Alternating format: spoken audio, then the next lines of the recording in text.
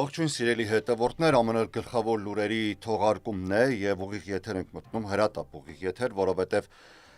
ողջ օրը սպասվող իրադարձություններն այդուամենայնիվ արդյունքը տվեցին եւ այսպես երկուշաբթի օրը, արդեն այսօր Դոհայի ողջ տարածքում պայթյուններ էին լսվում, երբ Իրանը հրթիռային հարվածներ էր հասցնում Քաթարի մայրաքաղաքում գտնվող ԱՄՆ-ի ռազմաբազային։ Հարձակումը պատասխան էր շաբաթվա վերջին, իսկ կոնկրետ շաբաթ գիշերը ԱՄՆ-ի կողմից իրականացված հարվածներին Իրանի միջուկային օբյեկտների դեմ, երբ Միացյալ Նահանգները միացավ Իսրայելի օդային պատերազմին Թեհրանի դեմ։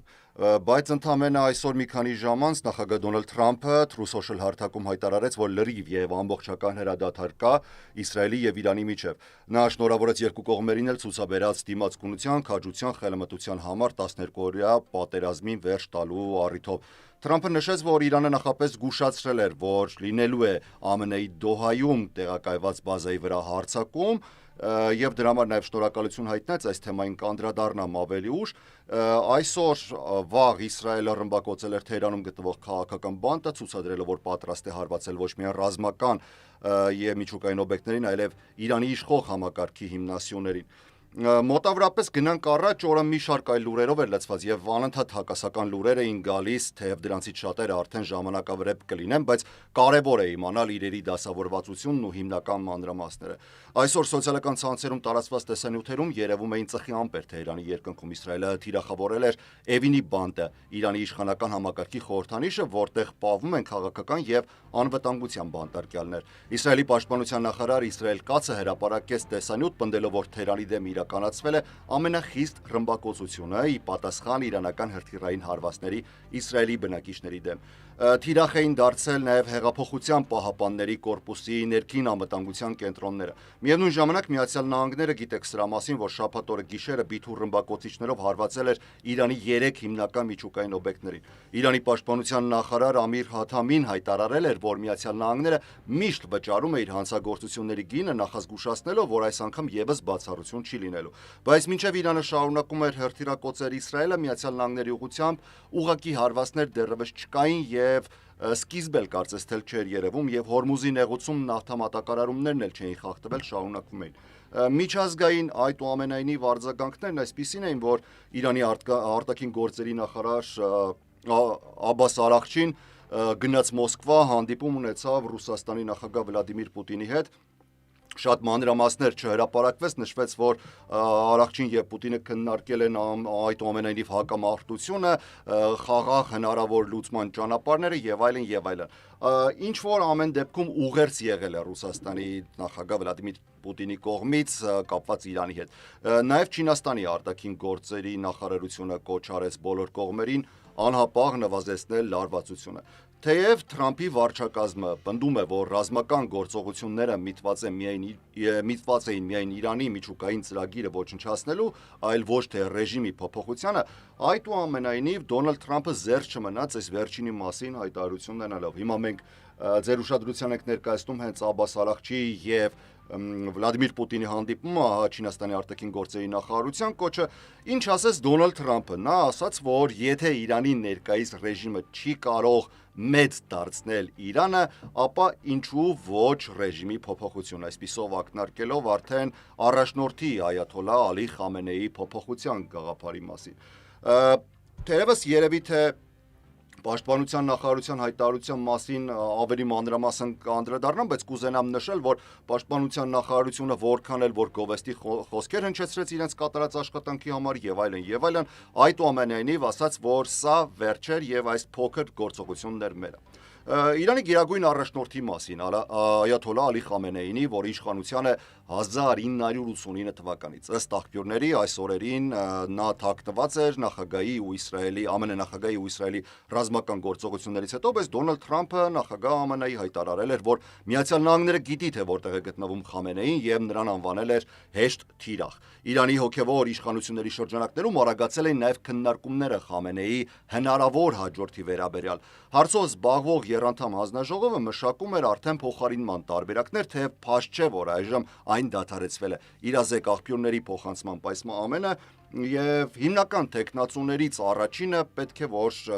նրա անունը հատկապես նշենք, Մոջթաբա Խամենեին է, ներկայիս առաջնորդի 56-ամյա որդին, որը համարվում է հիմնական հավակնորդը։ Նա երբևէ պետական պաշտոն չի զբաղեցրել, սակայն ունի ազդեցություն համակարգում, սերտ կապեր Հեղափոխության պահապանների կորպուսի հետ եւ լայն վերահսկողություն հոր մոտեցումներին։ Սակայն փորձագետները նաև զգուշացնում են, որ որդուն իշխանության բերելը կարող է հակասել հեղափոխական ռեժիմի սկզբունքներին։ Գիտեք, որ 1979 թվականին տապալվել էր ժառանգական միապետությունը։ Այս սցենարը կարող է հանգեցնել ռեժիմի լեգիտիմության վերջնական կորստի։ Մյուս նշանավոր տեխնացուն պետք է նշենք Հասան Խոմեյնիին, իսլամական հեղափոխության հիմնադիր Խոմեյնիի թոռանը։ Նա ավելի չափավոր դիրքորոշում ունի եւ աջակցում է հասարակական ու քաղաքական ազատությունների որոշակի ընդլայնմանը։ Միևնույն ժամանակ նրա ծագումն ու կապերը հոգեվոր վերնախավի եւ հեղափոխության պահապանների շրջանակներում ապահովում են ազդեցիկ դիրք։ Այլ հնարավոր տարբերակներ մոտավորապես վերլուծաբանների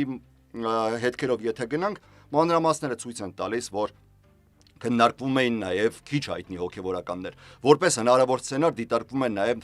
հետևյալ տարբերակը, որ կարող է առաջադրվել թույլ եւ ընդհանրապես խորհրդանշական գործիչ, մինչեւ իշխանական իրական իշխանությունը կամ անցնի Խամենեիի որդուն եւ հեղափոխության պահապանների կորպուսին։ Նման մոդելը կարող է պահպանել համակարգի արտաքին տեսքը առանց փաստացի վերադաս կառուցվածքի փոփոխության։ Բայց կա այստեղ էլ նաև սահմանադրական խնդիրներ։ Իրանի սահմանադրության համաձայն գերագույն առաջնորդը պետք է ունենա այաթոլայի աստիճան եւ լինի հավատարիմ հեղափոխության գաղափարներին։ Խորհրդանշական նշանակման տարբերակը կարող է խաթարել այդ դրույթները, սակայն քաղաքական ճնշումների ֆոնին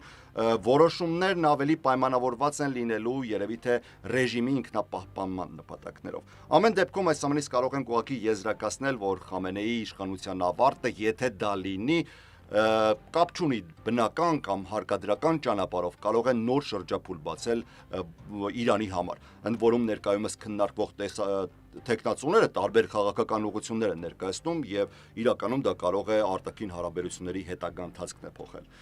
Պաշտպանության նախարարի մասին ասացի, որ կխոսեմ, Փեթեքսեդը Կիրակի առավոտյան 3 առավոտյան մամուլի ասուլիս ունեցավ եւ ասաց, որ Իրանի միջուկային օբյեկտների դեմ Միացյալ Նահանգների ռազմական հարվածները ճնշող հաջողություն էին։ Մեր գերագույն հրամանատարից ստացած հրամանը նկատի ունենալով Դոնալդ Թրամփին կենտրոնացված էր ուժեղ եւ հստակ։ Մենք կործանեցինք Իրանի միջուկային ծրագիրը, ասաց Հեքսեդը։ Նա ավելացրել է, որ գործողությունները չէին ուղղված իրանցի զինվորականներին կամ ժողովրդի դեմ։ Նա նաեւ նշել է, որ հարվածները նախաբան չեն իշխանափոխության ծրագրի համար, թեև քիչ առաջ դրա մասին էինք խոսում, եւ որ Թեհրանին փոխանցվել էին գաղտնի ուղերձներ բանակցելու կոչով։ Գործողությունը ստացել էր Միջօրեի մուրճ անվանում։ Այս հարձակումները Մերձավոր Արևելքը հասցրել էին նոր պատերազմի շեմին, մի տարածաշրջան, որը արդեն իսկ բռնկված է Գազայի, Լիբանանի պատերազմներով, ինչպես նաեւ գիտեք, վերջերս Սիրիայում բռնապետի տապալմամբ։ Երկշաբաթյա վերջնաժամկետից առաջ, որը Թրամփն էր տվել Իրանին կամ իրեն մտածելու համար, ընդամենը մի քանի օր տևած խորհրդակցություններից հետո Թրամփը որոշել էր միանալ Իսրայելի ռազմական արշավին Իրանի դեմ։ Իր նախագահության ողջ ընթացքում Դոնալդ Թրամփը բազմիցս հայտարարել է, որ Իրանը չպետք է երբևէ ստանա միջուկային զենք կամ ունենա միջուկային զենք։ Կիրակի օրը արդեն Իրանի արտգործնախարար Աբբաս Արաքչին հայտարարել էր, որ երկիրը պահպանում է բոլոր հնարավորությունները իր անվտանգության պաշտպանության համար եւ որ Թեհրանը չի վերադառնալու դիվանագիտությանը, սրանք ընդամենը երեկվա զրույցներ էին գտնվելով Իսրայելի եւ Միացյալ Նահանգների հարձակումների տակ։ Այս ամենը կարծում եմ շատ գեղեցիկ քող էր դասավորված, ընդ որում այնպիսի մի քող, որին որ շատերը հավատացել էին, բայց այսօր արդեն ամեն ինչ փոխվեց։ Իրանն այսօր իրականացրել էր սահմանափակ հրթիռային հարված Քաթարում գտնվող ամերիկյան Al-Udeid ռազմաբազային, պատասխանելով չակերտավոր ասած պատասխանելով Միացյալ Նահանգների միջուկային օբյեկտների դեմ իրականացված հարձակմանը։ Ամերիկյան պաշտոնյաները հայտնել էին, որ զոհեր չկան, Քաթարը դատապարտել էր հարձակումը, սակայն ընդգծել էր, որ հաջողությամբ որսացել է կարճ եւ միջին հեռահարության հրթիռները։ Իրանի իշխանություններն էլ նշել էին, որ հարձակման ընթացքում արձակված հրթիռների քանակը համարժեք է այն ռումբերի քանակին, որոնք Միացյալ Նահանգները կիրառել է Իրանի միջուկային օբյեկտների դեմ։ Հարվածը նպատակաուղղված էր բնակելի տարածքներից դուրս գտնվող բազային, հստակ ուղերձ հղելով Միացյալ Նահանգներին։ Միացյալ Նահանգների նախագահ Դոնալդ Թրամփը դրանից հետո շնորհակալություն հայտնեց Իրանին Քաթարում գտնվող ամերիկյան ռազմաբազայի դեմ հարվածից առաջ ժամանակին նախազգուշացնելու համար։ Երեկ եւ այսօր առավոտյան տարբեր վայրերում, թե Իրանում, թե Ֆրանսիայում, թե Միացյալ Նահանգներում եւ թե եվրոպական մի շարք այլ երկրներում բողոքի ակցիաներ էին ընդդեմ Միացյալ Նահանգների, որոնք որ դատապարտում էին այն գործողությունը, որը տեղի ունեցավ շաբաթ գիշերը պիտ ու ռմբակոծիչների ուղղությամբ։ Նախկին պաշտպանության նախարարի ՊՆ ղեկավար Լեոն Պանետան նշել էր, որ Իրանի այս հարվածները սահմանափակ բնույթ էին եւ վկայում էր այն մասին, որ նրանց կարողությունները լրջորեն վնասվել են եւ միևնույն ժամանակ նրանք չեն ցանկանում ընդլայնել հակամարտությունը։ Թրամփի խոսքով հարվածի ընթացքում արձակվել էր 14 հրթիռ, որոնցից 13-ը ոչնչացվել են հակաօդային պաշտպանության համակարգերի միջոցով։ Այսպես կարծես թե ավարտենք նաեւ Դոհայում տեղի ունեցածը։ Նավթի գները այսօր հասել էին վերջին 5 ամիսների առավելագույնին, քանի որ աճում էին մտահոգությունները, որ մերձավոր արևելքում շարունակվող հակամարտությունը ինչ որ ազդեցություն կարող է ունենալ մատակարարումների վրա։ Առևտրականները սպասում էին, տեսնեին, թե Իրանը ինչ քայլ է ձեռնարկելու այն բանից հետո, երբ Միացյալ Նահանգները հարվածել էր կարևոր միջուկային օբյեկտներին։ Մամուլի հաղորդագրությունների համաձայն Իրանի խորհրդարանը հավանություն էր տվել Հորմուզի նույն Պարսից ծոցի փակելու նախաձեռնությանը։ Սա այն նեղ ջրուղին է Իրանի եւ Օմանի միջև, որով անցնում է աշխարհի նավթի գրեթե 1/5 մասը, չնայած նավթ արտահանելու այլընտրանքային խողովակաշարեր էլ կան տարածաշրջանից դուրս։ Այդուամենայնիվ մասնագետները նշում են, որ դրանք չեն կարող ամբողջությամբ փոխարինել նավթային բեռնափոխադրումների դադարեցմանը։ Այս մտահոգությունների արդյունքում միջազգային նավթային շուկային չափանիշ համարվող Brent տեսակի նավթի գինը Ասիայում առավոտյան աճել էր 1.5%-ով, նույնը Միացյալ Նահանգների նավթի գինը։ Երկուսն էլ ավելացել էին ավելի քան 10%-ով հակամարտության սկսվելու պահից ի վեր, այսինքն 12 օր առաջ սկսված հակամարտությունից։ Ըստ վերլուծաբանների, եթե Իրանը խոչընդոտեր նավարկությանը կամ խոչընդոտի նավարկությանը, նավթի գինը կարող է հասնել $100 մեկ բարելի համար ներկայիս $78-ից։ Սա կարող է խթանել գնաճը եւ ամբողջ աշխարհում բարձրացնել բենզինի գինը։ Միաժամանակ ֆոնդային շուկաները այսօր շարժվեցին հակառակ ուղղությամբ։ Առավոտյան Ճապոնիայի օրինակի համար Nikkei ինդեքսը նվազեց 0.5%-ով, սակայն շուկաներում դեռևս խուճապային վաճառքի նշաններ չնկատվեցին։ Դոնալդ Թրամփն էլ հանդես եկավ ուղիղ կոչով արագացնել նավթի հորատման եւ արտադրության ծավալները, այսպիսով ճնշելով ինչպես սեփական էներգետիկ ոլորտը, այնպես էլ գլոբալ շուկաները։ Իրանի միջուկային օբյեկտների վրա ԱՄՆ-ի հարձակման հետևանքով ստեղծված անկայունության պայմաններում այսօր Թրամփը հերթական անգամ գրառում կատարեց իր հայտնի խոսքերը «Drill, baby, drill» եւ հիմա ավելացրեց սոցիալական ցանցում, ասելով նաեւ, որ պահպանեք նավթի գները ցածր, ես հետևում եմ, մի խաղացեք թշնամու ձեռքում։ Այս գրառումը արվեց իդեպ ժամեր առաջ, քան Իրանը հարվածներ կհասցներ Քաթարում գտնվող ամերիկյան Al-Udeid ռազմաբազային։ Եթե շարունակենք այդուամենայնիվ նավթի վերաբերող թեմաները, պետք է ասենք, որ Իրանի բարձրագույն անվտանգության մարմինը պետք է ինքը վերջնական որոշում ընդուներ, արդյոք պետք է փակել Հորմուզի նեղուցը, թե ոչ։ Մի փոքր ավելի մանրամասն սրա մասին խոսենք, որովհետև սա շատ կարևոր է։ Իրանի պետական հեռուստաընկերությունը սրա մասին իդեպ հայտարարեց, Իրանն անցյալում բազմիցս սպառնացել է փակել նավթարդյունաբերության համար կարևորագույն Հորմուզի նեղուցը, սակայն երբեք չի իրականացել այդ սպառնալիքը, նշվեց հեռուստաընկերության հաղորդագրության մեջ։ Նեղուցը գտնվում է Իրանի եւ Օմանի միջև ամենանեղ հատվածում, այն ընդամենը 21 մղոն լայնություն ունի, իսկ նավարկության գոտին ընդամենը 2 մղոն է։ Աշխարհում սպառվող նավթի, ինչպես արդեն նշեցի, մոտ 1/5-ը 17-ից 20.8 միլիոն բարել հում նավթի օրական ծավալով անցնում է հենց այս նեղուցով։ OPEC-ի անդամ երկրները, ինչպես նաև Սաուդյան Արաբիան, Իրանը, Արաբական Միացյալ Էմիրությունները, Քուվեյթը, Իրաքը իրենց նավթի մեծ մասը արտահանում են հենց այս նեղուցով, հիմնականում Ասիա։ Քաթարը որպես հեղուկացված բնական գազի խոշորագույն արտահանողներից մեկը գրեթե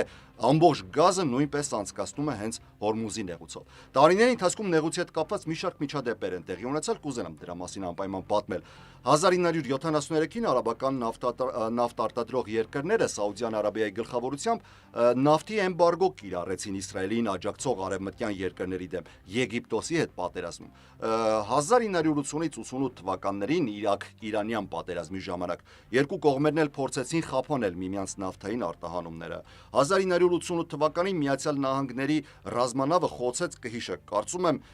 իրանական քաղաքացիական ինքնաթիռ սպանելով 290 ուղևորի։ Վաշինգտոնը հայտարարել էր, որ դա պատահականություն էր, մինչդեռ Թեհրանը պնդում էր, որ դա դիտավորություն էր։ 2012-ին Իրանը սպառնացել էր փակել նեղուցը ի պատասխան Միացյալ Նահանգների եւ Եվրոպայի կողմից սահմանված պատժամիջոցների։ 2019 թվականի մայիսին էլ 4 նավ, այդ թվում 2 սաուդյան նավթային տանկեր հարձակման էին ենթարկվել Արաբական Միացյալ Էմիրությունների ափից դուրս։ Սա կարծում եմ այսքանով կավարտենք։ Թռիչքների մասով կուզենամ անպայման նշել, որ աշխարհի տարբեր ավիաընկերություններ այսօր որոշում էին, թե որքան ժամանակով պետք է դադարեցնեն թռիչքները Մերձավոր Արևելք ԱՄՆ-ի հարվածից հետո։ Սինգապուր Airlines-ը, Air France-ը, British Airways-ը չեղարկեցին թռիչքները դեպի Դուբայ, Ռիադ եւ Դոհա։ Ռուսաստան-Ուկրաինա պատերազմի զուգահեռ այդ երկու երկրների օդային տարածքները գիտեք փակվել էին միջազգային թռիչքների մեծ մասի համար, ինչը ստիպում էր ավիաընկերություններին գտնել նոր երթուղիներ Եվրոպայի եւ Ասիայի միջև, եւ Մերձավոր Արևելքը դարձել էր առանցքային անցման գոտի։ Այդուամենայնիվ այժմ ըստ թռիչքները հետևող Flight Radar 24 կայքի տվյալների առավոտյան գրեթե ոչ մի ինքնաթիռ չէր անցնում ոչ Իրանի, ոչ Իրաքի, ոչ Սիրիայի, ոչ կամ Իսրայելի օդային տարածքները, որովհետև հերթիրային ու անօդաչու սարքերով հարձակումների հետևանքով օդային ճանապարհորդությունը դարձել է բավականին վտանգավոր։ Այդուամենայնիվ հարվածներից առաջ American Airlines-ը դադարեցրել թռիչքները դեպի Կաթար, իսկ United Airlines արդեն ամերիկյան ավիաընկերությունների մասին ենք խոսում դեպի Դուբայ։